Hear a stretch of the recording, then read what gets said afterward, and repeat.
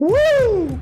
Hello everybody, I'm the Gaming Grappler, and for today's video, we're going to be grappling with why modern AAA gaming just isn't worth it anymore. You know, it's no secret that modern publishers are artificially trying to jack up the average cost of video games. Grand Theft Auto 6 is being rumored to be around $100 American dollars here. Emphasis on the American. Here in Canada, that's $138. In this economy, it just isn't worth it to pay that much for a video game. You know, I'm a grown-ass man with grown-ass bills to take care of. I got a mortgage, I got taxes, I got like 2 different types of insurance, I got 2 different gym memberships, and nowhere in that equation does it make sense to spend that much money on a video game. And you would think, with how cartoonishly expensive publishers are trying to get us to pay for video games, that they would be like this luxury experience that is polished to perfection, but you would be wrong. Ironically, being an early adopter in this industry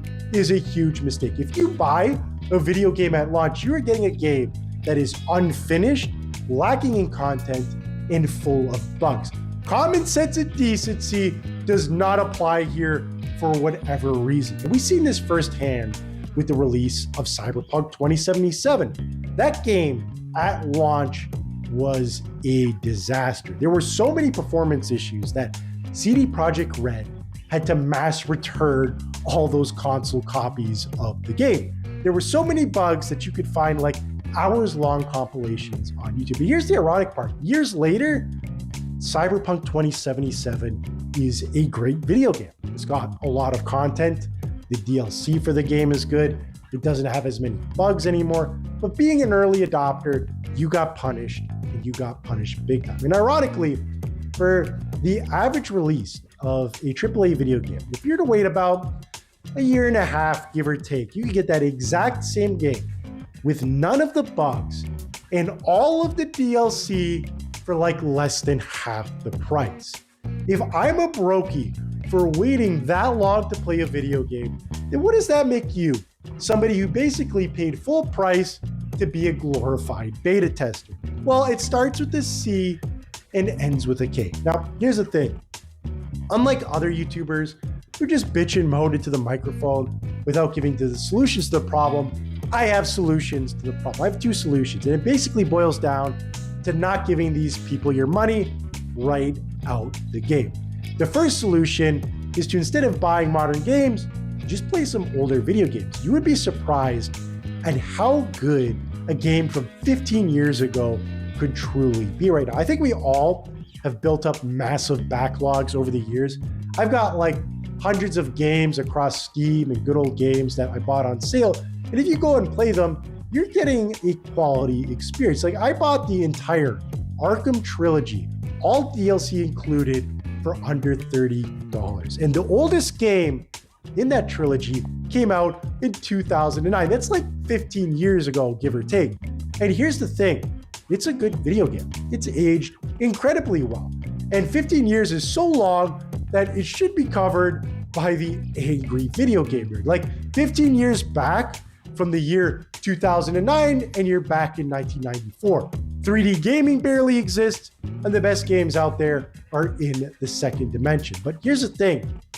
We are reaching a point in diminishing returns with graphical fidelity. In the modern age, we are very close to photorealism. So 15 years ago, we were at a point in time where 3D gaming was already completely mastered. Like the 5th generation of consoles was like a messy step into 3D gaming. The 6th generation kind of figured everything out. And by the 7th, which again is 15 years ago, we completely mastered that area of gaming. So old games from back then are pretty good. Like, they play pretty good, and they're competitive with games today. You don't have to go back that long. Arkham Knight came out 10 years ago, and that game is debatably better looking than some of the newer Batman games. The reason why is that we're at a point in time where graphics have gotten good enough where you can't just rely on a technological advantage. Developers actually need to do heavy lifting with good animation and good art design. And that's something that Batman Arkham Knight had. And here's the thing. It doesn't have to be Batman. I'm pretty sure there's plenty of games in your backlog right now that are just as good as modern releases. you played The Witcher. Just take a look at whatever franchise you've been neglecting for all this time, and you're bound to find some quality there.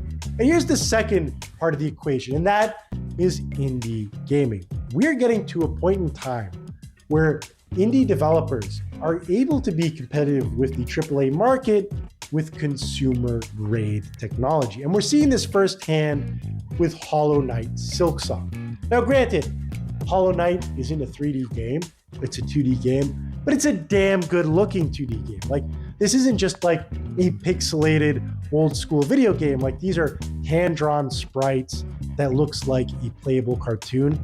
The gameplay is amazing. These people looked at the Metroid formula and decided to do a slam dunk on it. So that's a good video game, and it cost only $20. That's not $20 on sale. That is $20 for a brand new video game, and the gameplay is good, the art design is good. It's just that much of a quality experience. But Hollow Knight is just the tip of the iceberg. There are plenty of indie games I could think about. Like, I'm a big fan of boomer shooters. I love games like Doom Eternal, but that game exists in spades in the indie market. You can play games like Turbo Overkill, you can play Wrath, Aeon, and Ruin, and all of those games give the Doom experience for being a fraction of the cost. There are plenty of RPGs you could play. My main thing here is that rather than giving money to AAA games, you should tackle your backlog, or, you could just check out the indie market. Indie gaming has come a long way. We're past the point of time where everybody is just trying to make like pixelated rehashes of games that came out like in the 90s. We're now at a point now where they're getting good and they're getting competitive. So with that being said, I'm the Gaming Grappler. If you like what you heard here today, then please like, comment, and subscribe to support the channel, and I'll catch you guys later.